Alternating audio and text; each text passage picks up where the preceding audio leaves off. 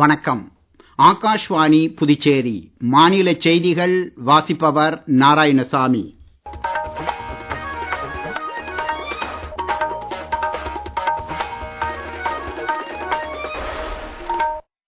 தலைப்புச் செய்திகள். குடியரசு துணைத் தலைவர் திரு சி.பி. ராதாகிருஷ்ணன் இலங்கைக்கான தமது 2 நாள் அரசுமுறை பயணத்தை இன்று நிறைவு செய்தார். பிரதமர் திரு நரேந்திர மோடி ராஜஸ்தானில் ஒருங்கிணைந்த எண்ணெய் சுத்திகரிப்பு மற்றும் பெட்ரோ கெமிக்கல் வளாகத்தை நாளை நாட்டிற்கு அர்ப்பணிக்கிறார். தேசிய பாதுகாப்பு ஆலோசகர் திரு அஜித் தோவல் சவுதி அரேபியாவின் முக்கிய தலைவர்களுடன் இருதரப்பு பேச்சுவார்த்தை நடத்தியுள்ளார். காரைக்காலில் இயங்கி வரும் அரசு பாலிடெக்னிக் கல்லூரியில் 2026-27 கல்வியாண்டிற்கான மாணவர் சேர்க்கை தொடங்கியுள்ளது. இனி விரிவான செய்திகள். குடியரசு துணைத் தலைவர் திரு சி.பி. ராதாகிருஷ்ணன் இலங்கைக்கான தமது 2 நாள் அரசுமுறை பயணத்தை இன்று நிறைவு செய்தார். இது குறித்த கூடுதல் தகவல்கள்.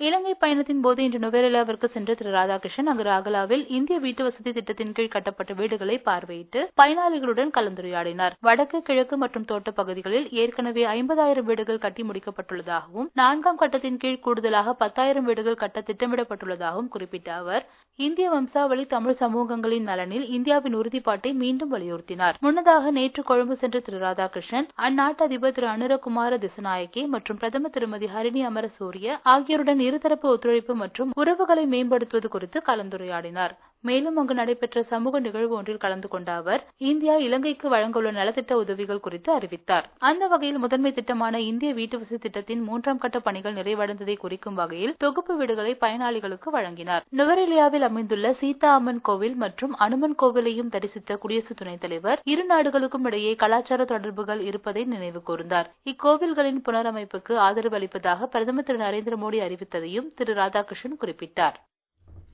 பிரதமர் திரு நரேந்திர மோடி புதுடில்லியில் இன்று தென்கொரிய அதிபர் திரு லீ ஜா மியுங்குடன் உயர்மட்ட அளவிலான பேச்சுவார்த்தை நடத்தினார்.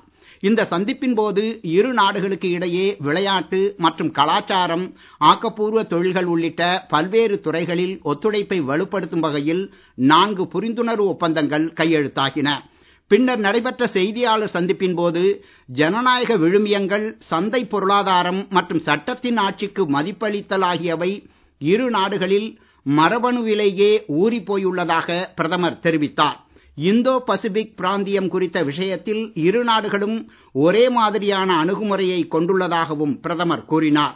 மேலும் கடந்த 10 ஆண்டுகளில் தென்கொரியாவுடனான உறவு விரிவானதாகவும் துடிப்பானதாகவும் வளர்ந்துள்ளதாக பிரதமர் திரு நரேந்திர மோடி குறிப்பிட்டார்.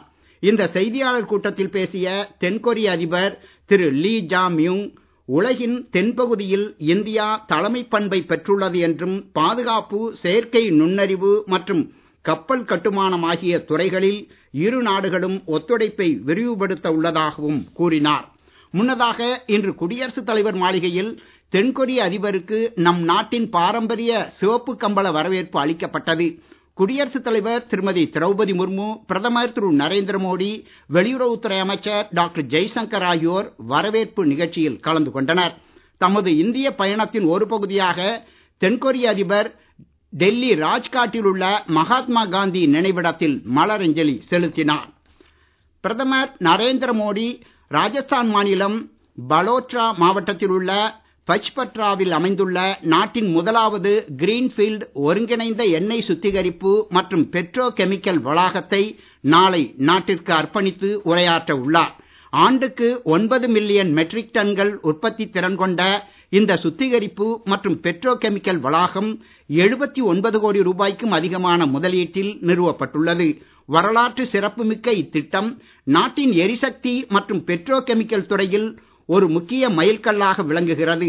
நாட்டின் எரிசக்தி பாதுகாப்பை வலுப்படுத்துவதிலும், பெட்ரோ கெமிக்கல் துறையில் தன்னிறைவை மேம்படுத்துவதிலும் மற்றும் தொழில்துறை வளர்ச்சியை முன்னெடுத்து செல்வதிலும் இத்திட்டம் ஒரு முக்கிய பங்காற்றும் என எதிர்பார்க்கப்படுகிறது.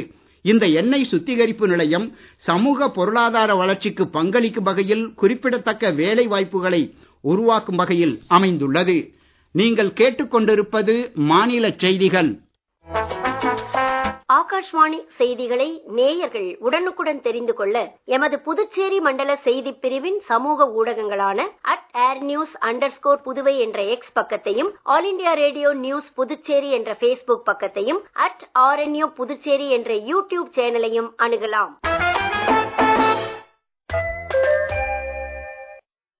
செய்திகள் தொடர்கின்றன. கோடை காலத்தில் பொதுவாக பரவக்கூடிய தொற்று நோய்கள் பற்றி புதுச்சேரி சுகாதாரத்துறை இயக்குனர் டாக்டர் செவ்வேல் பொதுமக்களுக்கு விழிப்புணர்வு ஏற்படுத்தும் வகையில் செய்தி குறிப்பு வெளியிட்டுள்ளார். இது குறித்த தகவல்கள்.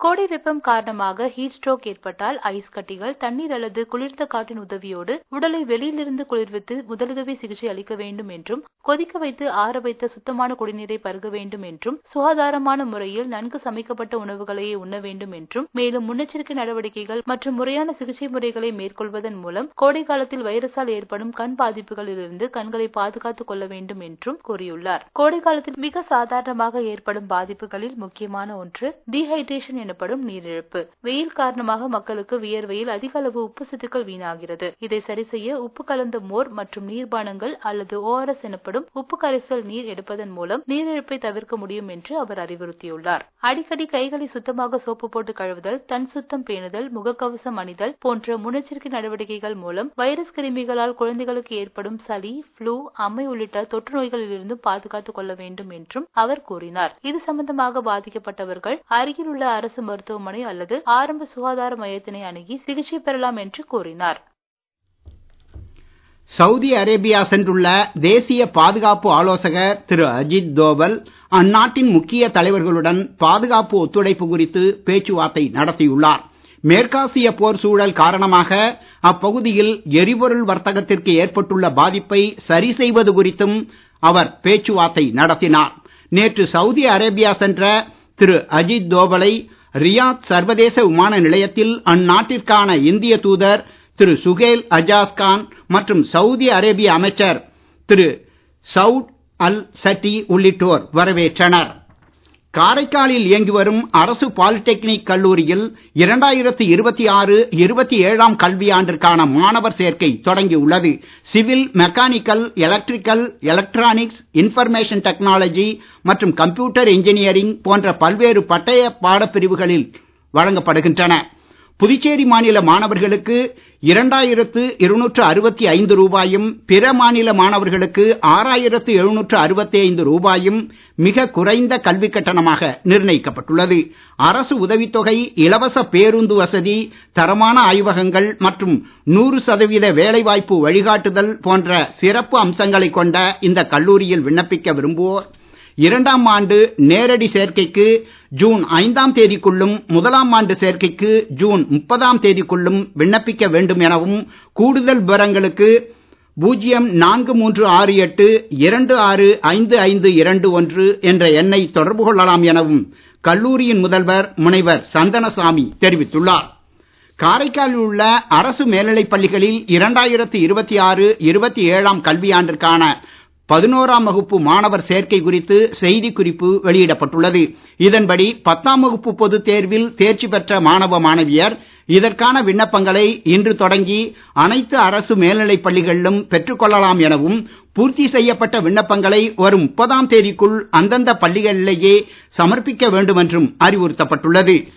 ஐபிஎல் கிரிக்கெட் போட்டித் தொடரில் அகமதாபாத்தில் இன்று இரவு 7:30 மணிக்கு தொடங்க உள்ள ஆட்டத்தில் குஜராத் டைட்டன் அணி மும்பை இந்தியன்ஸ் அணியை எதிர்கொள்கிறது. ஜெர்மனியில் நடைபெற்ற சர்வதேச ஸ்கேட்டிங் போட்டியில் இந்தியாவின் ஆனந்தகுமார் வேல்குமார் சீனியர் ஆடவர் பிரிவில் ஒட்டுமொத்த சாம்பியன் பட்டத்தை வென்றுள்ளார். மீண்டும் தலைப்புச் செய்திகள்.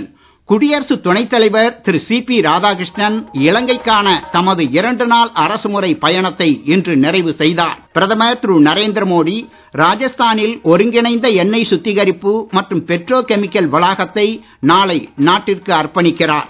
தேசிய பாதுகாப்பு ஆலோசகர் திரு அஜித் தோவல் சவுதி அரேபியாவின் முக்கிய தலைவர்களுடன் இருதரப்பு பேச்சுவார்த்தை நடத்தியுள்ளார். காரைக்காலில் இயங்கி வரும் அரசு பாலிடெக்னிக் கல்லூரியில் 2026-27 கல்வியாண்டிற்கான மாணவர் சேர்க்கை தொடங்கியுள்ளது. இத்துடன் இந்த செய்தி அறிக்கை நிறைவு பெறுகிறது. வணக்கம்.